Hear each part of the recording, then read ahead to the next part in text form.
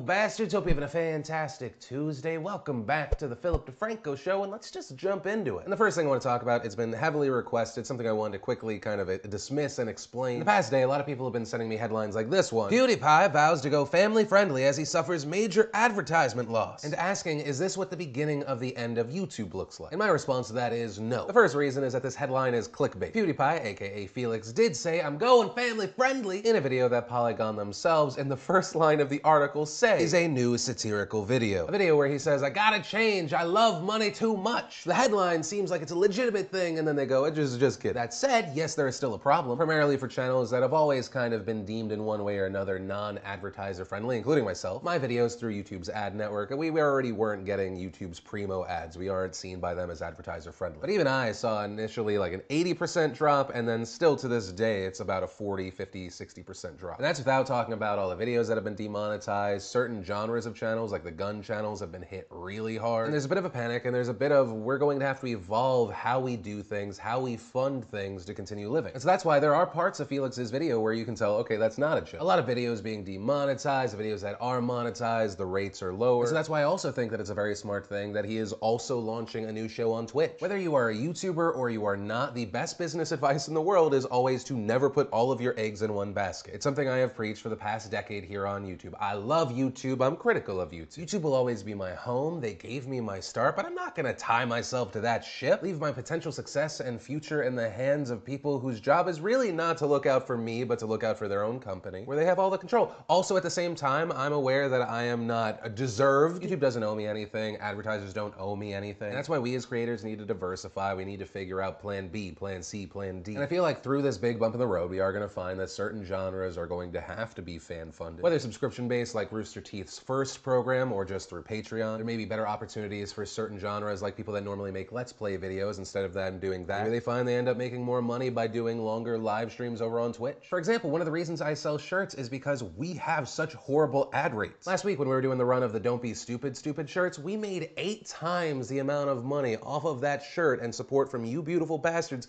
than we did from YouTube advertising. I love YouTube, but you gotta treat it like you're walking over a frozen lake and it's got cracks in it. Maybe it's just selling merch, and I'm not saying that this is not a hard time for a lot of people. That is not the case, but I do believe that what we are going through right now is just, it was inevitable growing pains. And I personally believe and hope that this is something that we will get through. And then let's talk about the updates and fallout from the United Airlines scandal. I talked about this yesterday. To fully understand the situation, I highly recommend you watch that video if you did not see it. United Airlines had a sold out and already boarded airplane. They wanted to have 4 of their employees on. They reportedly offered 400, then 800. I saw some reports saying 1,000, but that hasn't been confirmed. And then instead of offering even more money, they can do up to $1,300. They say our computer is going to select 4 of you at random, and you're going to have to just get off this plane. One man was selected. He's now been identified as Dr. David Dow. He said, "I can't give up my seat. I need to see my patients." United Airlines then called 3 security officers. They pulled him out of his seat, slamming his face against an armrest. He was dazed, he was confused, he was bloody, and there was mass outrage. So let's talk about what happened since I last talked about this. The first is that one of the officers that was involved in this incident that left the customer bloodied and battered, he has been placed on leave pending investigation. Which I'll be the first to say that just because someone is put on leave, that is not saying that that person is guilty in the eyes of the Chicago Police Department. But also to a lot of people, this was an odd move considering that just hours before they did this, they released a statement where they said the man fell, despite there being video evidence from multiple angles that contradicted that statement. Then we had the CEO of United Airlines, Oscar Munoz, otherwise known as the Reaccommodator. This because Oscar, PR Week's US Communicator of the Year, after video of this bloodied man being dragged off of the plane, released a statement, "I apologize for having to reaccommodate these customers." Well, he was back in the news because a letter he sent to the employees of his company got leaked, and it very much appeared that he was doubling down and not apologizing in any way. And in it, people are pointing out that he's pointing to the passenger as the main source of the blame. Key excerpts: "While the facts and circumstances are still evolving, especially with respect to why this customer defied Chicago aviation security officers the way he did, I've included a recap. The situation was unfortunately compounded when one of the passengers we politely asked to deplane refused. Our employees followed established procedures for dealing with situations like this. While I deeply regret the situation arose, I also emphatically stand behind all of you. We sought volunteers and then followed our involuntary denial of boarding process, including offering up to $1,000 in compensation. And when we approached one of these passengers to explain apologetically that he was denied boarding, he raised his voice and refused to comply with crew member instructions. He was approached a few more times after that in order to gain his compliance to come off the aircraft, and each time he refused and became more and more disruptive and belligerent. Our gate agents were left with no choice but to call aviation security officers to assist in removing the customer from the flight. He repeatedly excitedly declined to leave. And I'll link to the whole letter so you can see all the points he makes. But looking at this letter, I have this feeling where he just does not see customers as human beings anymore. He talks about his employees being apologetic, following the rules. They were left with no choice. But this passenger, he was disruptive, he was belligerent, he defied. And for me, it kind of boils down to the point that he said, denial of boarding. Whether it be reaccommodating, denied boarding, I don't think that those words mean what you think they mean. The plane had already been boarded. You were not denying people boarding. You were kicking people off of a flight after they paid for a ticket, after they then exchanged that ticket for their seat on the airplane and were waiting to take off. And once again, even in your statement, if instead of $800 you offered $1,000 compensation, your employees that you are defending, your company did not offer the maximum amount of money you could offer to passengers. Then on top of the mass outrage we had inside of the United States, there was mass outrage in China. On Weibo, China's version of Twitter, this was one of the top trending topics. People were announcing that they were boycotting the airlines, they were canceling their tickets, they were cutting up their membership cards. The captions along with some of these. The official response feels so patronizing. I've canceled my mileage card. Some didn't care what his nationality was, though many said, you know, he's Chinese and this is discrimination against Chinese people. One comment reading, I feel really pissed. There's so many people, why make a 69-year-old Chinese doctor who needs to work the next day disembark? And you beat him up and drag him out? Shocking. And your computers just so happen to choose an Asian. Suspect. If the doctor wasn't Chinese, I might not have said a thing. No matter where you're from, if you're Chinese, our fates are tied together. We have to fight for our own future. And so this is a huge problem for United because China is one of their key markets. And on top of all of the outrage on social media, this has already had a real-world impact for United Airlines. It's being reported this morning from Fortune.com that they have already lost $1.4 billion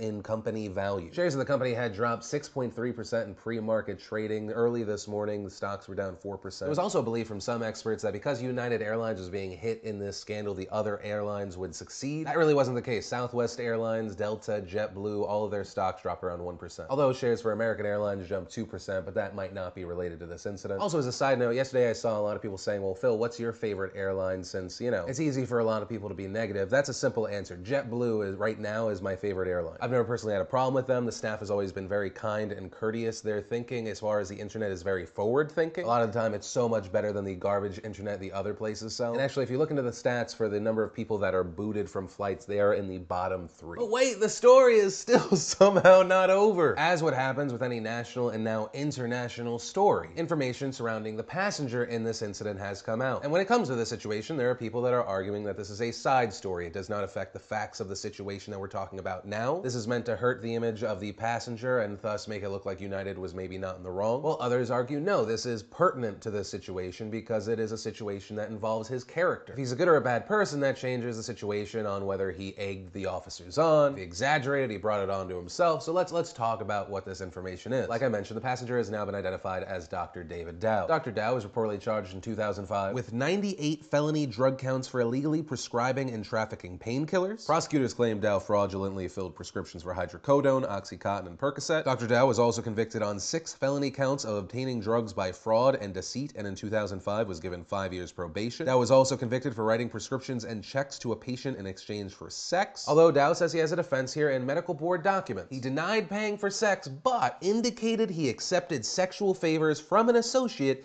in exchange for reducing a debt that associate owed him. So I didn't exchange drugs or money for sex, but, you know, if someone owes you $100 and then they put part of you in their mouth, sometimes that $100 owed becomes less dollars owed, which I will say is a pretty shoddy defense. But here is part of his past that I do think pertains to this situation. In 2005, Dr. Dow surrendered his license to practice medicine in Kentucky. But in 2015, the medical board lifted his suspension, allowing him to practice medicine again. But then last year, the medical board put restrictions on his ability to practice medicine, to the point where he can only practice internal medicine in an outpatient facility 1 day a week. And so this has changed some people's minds, where other people are saying that this doesn't pertain to the situation. This is an airline treating a passenger. Doesn't matter who. And so I pass that question off to you. With all of this new information, the leaked letter from the United Airlines CEO, their point of view, the new information coming out about Dr. David Dow's past, does any of that change your opinion of what transpired? I'd love to know what you're thinking and why here. And actually from that, I want to share some stuff I love today, and today and awesome, brought to you by the Don't Be Stupid shirt. You guys ordered so many in last week's run that it auto-started another run this week. There are 2 more days. If you missed out last week, you want to get one now. Link to that down below. And the first bit of awesome, if you are a fan of the Star Wars franchise, you are a fan of charity. It is that time again. Lucasfilms is collaborating with UNICEF. It's a little thing they called Star Wars Force for Change. I use the term little thing just jokingly. They've raised millions of dollars for charity. And it's essentially a giant raffle slash store. You can donate $10, that's 100 entries. If you donate more, you can actually get an item as well as more entries. $100 gets you 1,000 entries plus a Chewie shirt. $500 you get the trilogy poster set as well as 5,000 entries, and so on and so forth, up to their top donation of $50,000, which is 500,000 entries to win, as well as an exclusive screening of Star Wars The Last Jedi for you plus 20 guests in your hometown. But the main prize, which is what the raffle is for, if you win, you get to spend a night at the Skywalker Ranch. Depending on your feelings about the prequels, maybe George Lucas is in there. And you get to go with the cast to the premiere of Star Wars The Last Jedi. That, of course, covers flights and 4-star accommodations. And the biggest thing for all the nerds out there, you get to visit the set of the upcoming Han Solo movie and have a chance to appear in the film. Something I want to give a little promo love to. Then, the next bit of awesome, I had already talked about United Airlines so much. The memes around this, it's so good, so funny. I just had to link you to some of the best ones. Then, the Honest Trailer guys gave us an honest trailer for Rogue One. A warning though, if you haven't seen the movie, there are spoilers in it. And if you want to see the full versions of everything I just shared, the secret link of the day, anything at all, links as always are in the description down below. And then I want to talk about this guy. Does he look familiar? He might look familiar because he is the pastor who, in the wake of the Orlando nightclub shooting that killed 50 people, he tweeted, "Been through so much with these Jacksonville homosexuals that I don't see none of them as victims. I see them as getting what they deserve." Well, the news coming in this week is that Pastor Ken, who, by the way, fuck you, you disgusting, hate-filled bigot, he has been convicted on 8 charges related to child molestation. Prosecutors claim that Pastor Ken had methodically groomed 2 teenagers to have sexual intercourse with him when they were just 15 years old. One of the teenagers was male, the other one was female, which of course had a lot of people going like, what are you saying about the gays? But I do also want to point out that it is very important for us to not associate gay with pedophile. With gay, you have people that are just attracted to the same people of the same gender, bi, both genders. And pedophile, you have people that are sexually attracted to children. If they don't act on it, that's where it remains, but then it could also go into child molestation. And even there, while I am disgusted by both groups, I feel like it is important to properly label both groups. And that is a predator-prey situation. Child molesters are the most disgusting.